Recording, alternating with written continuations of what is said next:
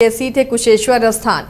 ये विधानसभा क्यों खास है इस बार? फिलहाल तो जेडीयू का कब्जा है यहाँ पर। अमन भूषण हजारी इस सीट पर काबिज हैं, लेकिन क्या कुशेश्वर स्थान इस बार जेडीयू के लिए इतना आसान होगा, या इस स्थान पर कौन इस बार काबिज होगा? समीकरण किसको फेवर करेंगे? क्या आमने सामने के मुकाबले की बजाय यहाँ त्रिकोणीय या चतुष्कोणीय मुकाबला होने की संभावना है? फिलहाल यहाँ के रिकॉर्ड्स की भी जांच कर लेते हैं। रंजन जी, अगर कुशेश्वर स्थान को आप स्कैन करते हैं तो यहाँ के रिकॉर्ड्स क्या कहते हैं? क्या वो रिकॉर्ड्स इस बार उसी तरह दोहराए जा सकते हैं या समीकरण कुछ अलग हो सकता है? देखिए, कुशेश्वर स्थान जो है वो नए परिसीमन के बाद जो है गठित किया गया है। 2008-9 में जो परिसीमन हुआ उसके बाद कुशेश्वर स्थान विधानसभा क्षेत्र का गठन किया गया है। इससे पहले ये सिंघिया विधानसभा क्षेत्र का हिस्सा था और जो कुशेश्वर स्थान है वो दरभंगा जिले में पड़ता है और ये समस्तीपुर लोकसभा क्षेत्र के अंतर्गत जो 6 विधानसभा की सीटें हैं उनमें से एक है। कुशेश्वर स्थान में भगवान शिव का बाबा कुशेश्वरनाथ मंदिर है जिसकी की काफ़ी महत्ता है और लोग जो है दूर दूर से यहाँ दर्शन के लिए आते हैं। खैर, हम राजनीति पर लौटें तो यहाँ पर 2010 में पहला चुनाव हुआ था और 2010 से लेकर 2021 तक यहाँ 4 चुनाव हुए हैं, जिसमें कि एक उपचुनाव है। दरअसल शशि भूषण हजारी के निधन के बाद एक उपचुनाव कराना पड़ा था 2021 में और इसमें उनके बेटे अमन भूषण हजारी चुनाव जीतने में सफल हुए थे। अगर आप 2010 से देखें तो यहाँ पर तब शशि भूषण हजारी बीजेपी के कैंडिडेट थे। उनको 28,576 वोट आए थे, 31.5% उनका वोट परसेंट था।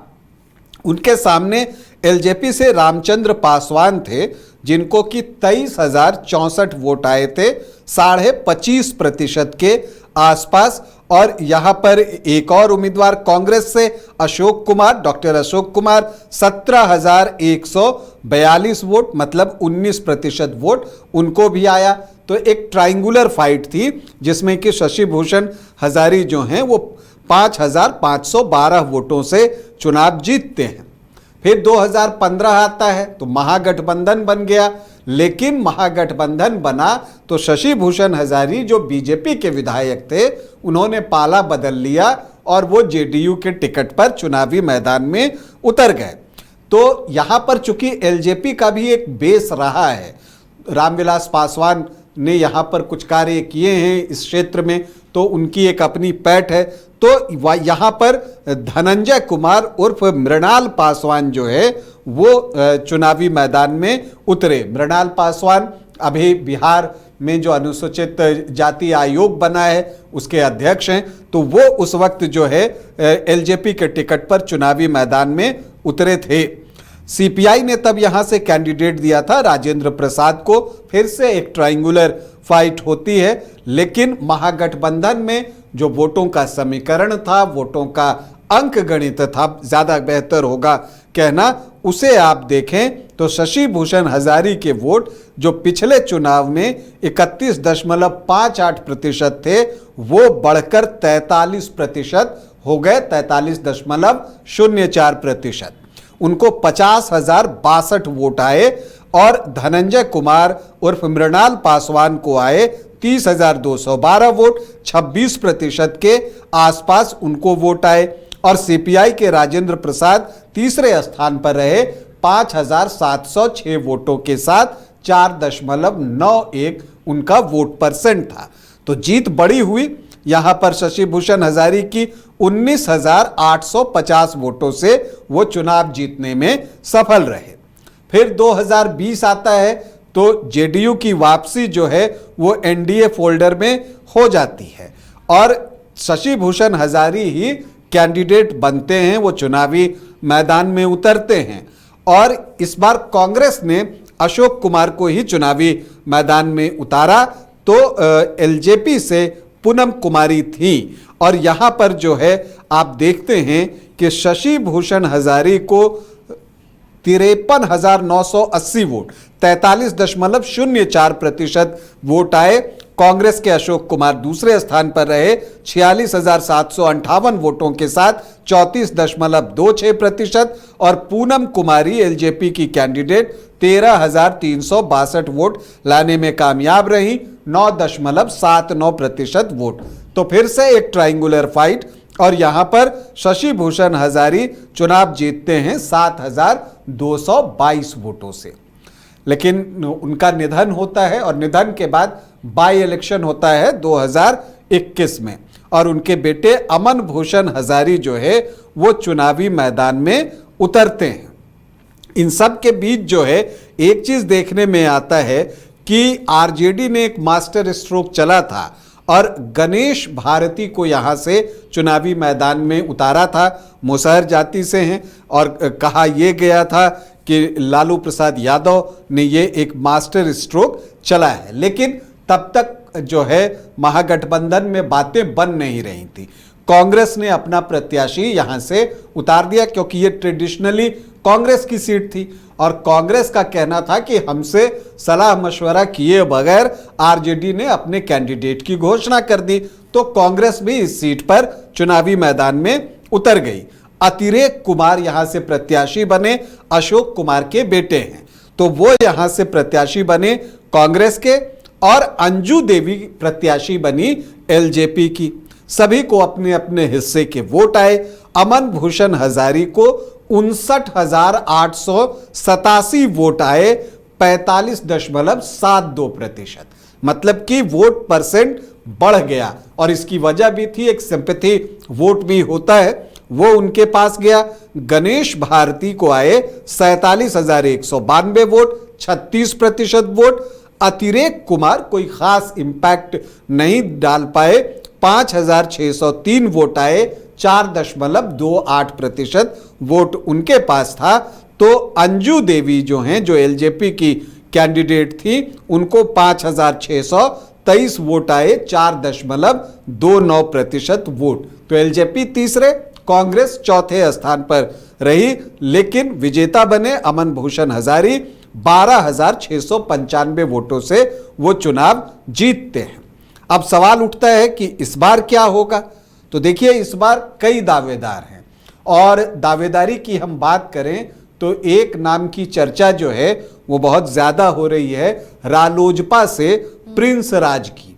उनके नाम की जो है चर्चा हो रही है कि वो यहां से चुनाव लड़ सकते हैं पशुपति पारस की पार्टी से। और चूंकि ये सीट जो है एलजेपी ट्रेडिशनली यहां पर मजबूत रही है, उसका एक अपना आधार वोट इस विधानसभा क्षेत्र में है, तो उस वोट की आस करते हुए महागठबंधन के वोट जोड़कर प्रिंस राज चुनावी मैदान में उतर सकते हैं। लेकिन इस सीट पर वीआईपी की भी नजर है, चूंकि यहां पर मल्लाह वोटर्स की संख्या अच्छी खासी है, तो यहां से वीआईपी भी चुनाव लड़ना चाहती है।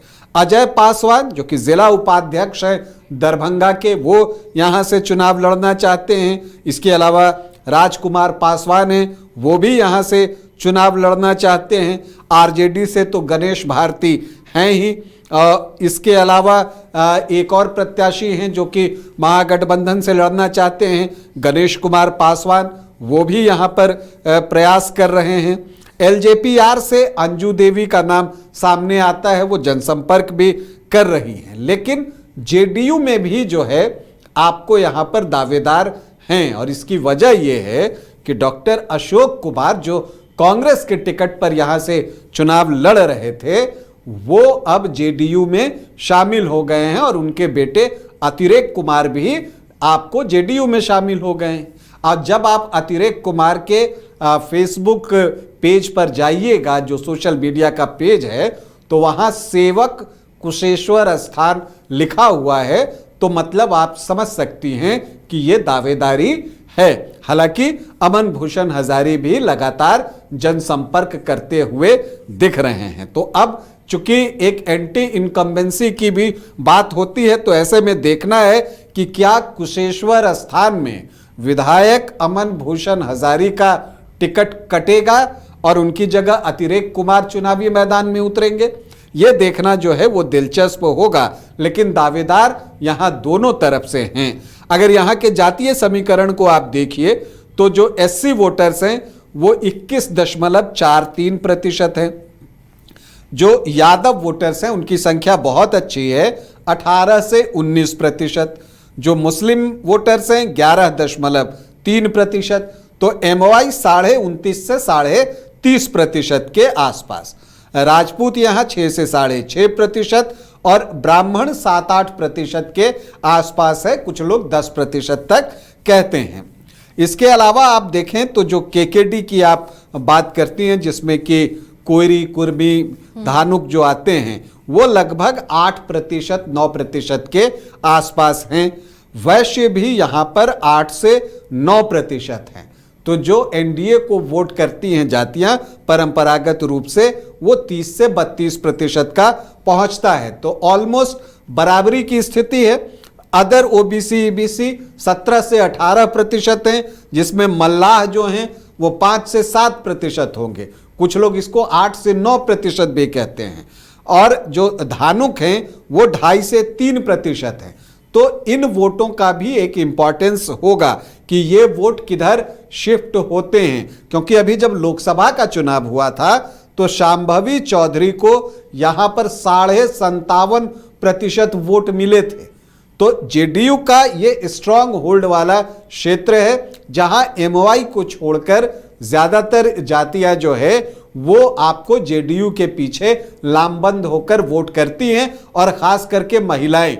और ऐसे भी नीतीश कुमार को महिलाओं का वोट जो है वो ज्यादा मिलता है। तो उस भरोसे जो है कुशेश्वर स्थान जेडीयू एक बार फिर से निकालने की कोशिश करेगा। लेकिन दूसरी तरफ महागठबंधन का इरादा यहां पर बाजी पलटने का है, और इसलिए प्रिंस राज का नाम सामने आ रहा है। अगर प्रिंस राज यहां से चुनाव लड़ते हैं पशुपति पारस की पार्टी से, तब समझिए कि मुकाबला यहां का बहुत कांटे का होगा, क्योंकि यहां पर जो एलजेपी और पासवान वोटर्स का एक हिस्सा है वो उनके साथ इंटैक्ट हो सकता है, और उसमें अगर गठबंधन के वोट जुड़ गए तो बाजी पलटी जा सकती है, क्योंकि एक एंटी इनकम्बेंसी भी यहां पर है, क्योंकि लंबे समय से यहां पर जेडीयू जो है राज कर रहा है। तो यह देखना दिलचस्प होगा कि कुशेश्वर स्थान में महागठबंधन किसे कैंडिडेट बनाता है, और यह भी महत्वपूर्ण है कि यहां से जेडीयू किसे चुनावी मैदान में उतारता है। तो एक रोचक और रोमांचक मुकाबला कुशेश्वर स्थान में। तो कुशेश्वर स्थान का मुकाबला आपने देखा कि किस तरह होने वाला है, और यहाँ पर कैंडिडेट कौन होगा, किस तरह से फाइट होगी, इस पर हमारी नज़र बनी रहेगी, और आपको समय समय पर ये अपडेट भी हम कराते रहेंगे।